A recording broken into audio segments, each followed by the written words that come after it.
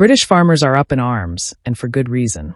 The Labour government has introduced a harsh inheritance tax on farms worth over £1 million, a move that farmers say could cripple the entire industry. But does Labour care? It certainly doesn't seem like it.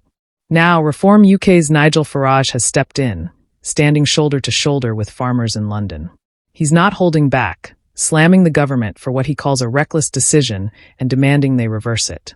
Is this tax a necessary measure, or a direct attack on British farmers? Watch this clip and decide for yourself. Government has a big parliamentary majority, but 7 months in, how well's it going?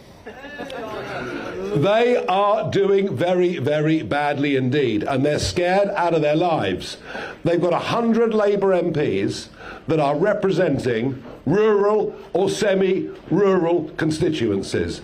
And from what I can see, Joe Public is getting behind the concept that the family farm should not be driven out of existence. So politically, I think we can win this.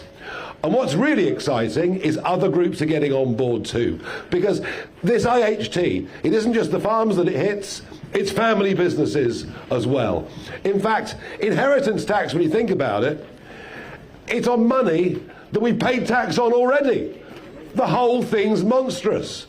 So I think the country now is going to come together with lots of different groups, and let's just stand up and say no to death taxes, full stop. End death taxes. They're wrong, they're immoral at every level. And the way your community is being treated is unbelievable. I think somebody in the Treasury got their sums wrong when they set the financial limits, or could it be they just want lots of land because they're planning for another 5 million people to come into the country in the next few years.